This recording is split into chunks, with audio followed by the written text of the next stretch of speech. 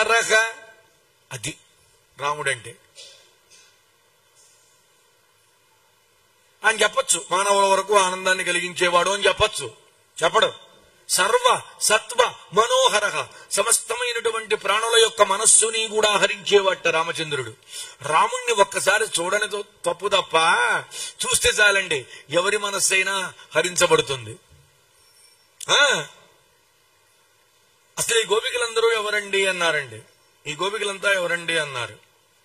ఎవరో కాదుటండి, సాక్షాత్తుగా రామావతారంలో మహర్షులందరూ కూడా గోపికలుగా అవతరించారు. అలాగే 16,100 మంది స్త్రీలుగా అవతరించారండి. ఏమిటి వాళ్ళ కోరిక అంటే పుంసాం మోహన రూపాయ పుణ్యశ్లో, పురుషులకే మోహం కలుగుతుందిట. రామా నిన్ను చూస్తూ ఉంటే మాకు మోహం కలిగిందయ్యా అంటే నమస్కారం పెట్టి మీ కోరిక తర్వాత తీరుతుంది లేండి అన్నాడు. తర్వాత అంటే అర్థమేమిటి? నెక్స్ట్ అవతారంలో వాళ్ళందరూ వచ్చారండి. ఒకటి జరిగింది అంటే కృష్ణావతారంలో దానికి మూలం ఎక్కడో ఉంటుంది. ఎట్టా పడితే అట్టా కృష్ణుడు మీ నోరు పారేసుకోకూడదండి. అది ఫ్యాషన్ అయిపోయింది. ఇప్పుడు రామకృష్ణావతారాల్ని ఒక రకంగా మాట్లాడటం, ఇష్టం వచ్చినట్టు మాట్లాడటం అనేది ఒక ఫ్యాషన్ అయిపోయింది. చాలా తప్పండి. చెప్పా కదా, రాముణ్ణి నువ్వు మాట్లాడాలి అంటే రాముని అందరినీ హరిస్తాడు కాబట్టే నన్ను కూడా హరించాడు. ఎందుకని హరించాడు? నేను వానరుణ్ణి, ఆయన నరుడు. యాగం చేయించి పుత్రకామేష్టి యాగం చేశాడు. చేసింది ఆయన, పక్కన కూర్చున్నాడు దశరథుడు.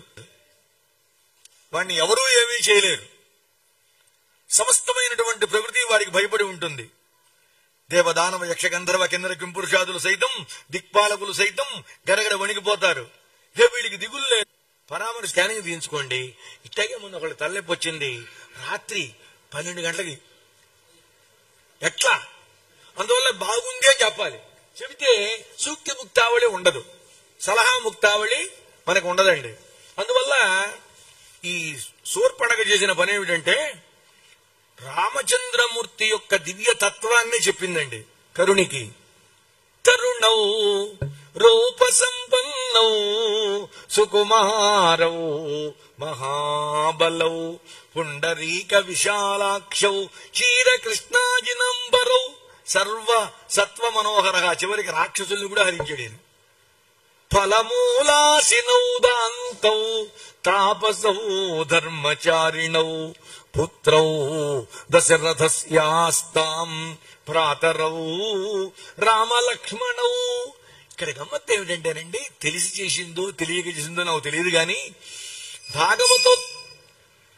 భాగవతోత్తముడితో కలిపి భగవంతుణ్ణి స్తోత్రం చేసింది ఒక్క శూర్పణఖండి. అందుకని వింధ్యామర వీచే సమయంలో ఈ శ్లోకములను తప్పకుండా చదువుతారు దేవాలయాలలో. అందువల్ల సర్వ ప్రాణుల, వాళ్ళు రాక్షసులైనా సరే ఒకసారి చూశారు అంటే వాళ్ళ మనస్సుని ఇట్టే ఆకర్షిస్తాడండి. ఎవరు? రామచంద్రుడు. రామనామం విననివాడి తప్పు, రాముణ్ణి చూడనివాడి తప్పు. గాని మనసు పెట్టి రామనామం వింటే ఆకర్షితులమవుతాం. ఆ రామచంద్రమూర్తిని దర్శిస్తే ఆకర్షితులమవుతాం. అలా హరించే లక్షణం గలవాడమ్మా రామచంద్రుడు. ఈ మాటనంగానే సీతమ్మకు ఒళ్ళు పొంగిందండి ఆనందంతో. అబ్బా, ఇది కదా ఆమె కావాల్సింది. అంటే ఏంటి? ఆమె మనస్సులో సీతమ్మ పైన ఏ అభిప్రాయం, రాముని పైన ఏ అభిప్రాయం అయితే ఉందో, రాముని గుణాలు ఎలా ఉన్నాయని ఆవిడనుకుందో. చూడండి, రాముని గుణాలు చెప్పడం కాదు, ఆమె భావనలో ఆమెకు తెలిసినటువంటి ఏ తత్వం అయితే ఉందో దాన్ని చెబుతున్నాడు. ఎవరు? హనుమంతుల వారండి. అంతేకాదమ్మా, రూపదాక్షిణ్య సంపన్నగా. అమ్మా ఏం చెప్పమంటావు? ఎంతటి అందమైన వాడో కదా రామచంద్రుడు. అద్భుతమైనటువంటి సౌందర్యం కలిగిన వాడు. దాక్షిణ్య సంపన్నక. అంతేకాదు దాక్షిణ్య సంపద గలవాడు, సామర్థ్యం ఉన్నవాడు, దయ కలిగిన వాడు. తల్లి, ఇటువంటి తండ్రి రామచంద్రుడు. ప్రసూతో జనకాత్మజే. సంబోధన జనకాత్మజే. మొన్నేమో వైదేహి అన్నాడు, ఇవాళ ఏమన్నాడండి? జనకాత్మజే. అయిపోయింది. ఇంకా రామవైభవం చెప్పేస్తున్నాడు. చెబుతున్నప్పుడు ఆమె ఎవడు? ఆ తల్లి ఎవరు?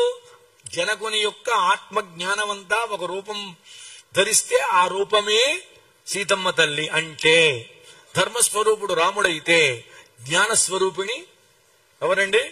సీతమ్మ తల్లి.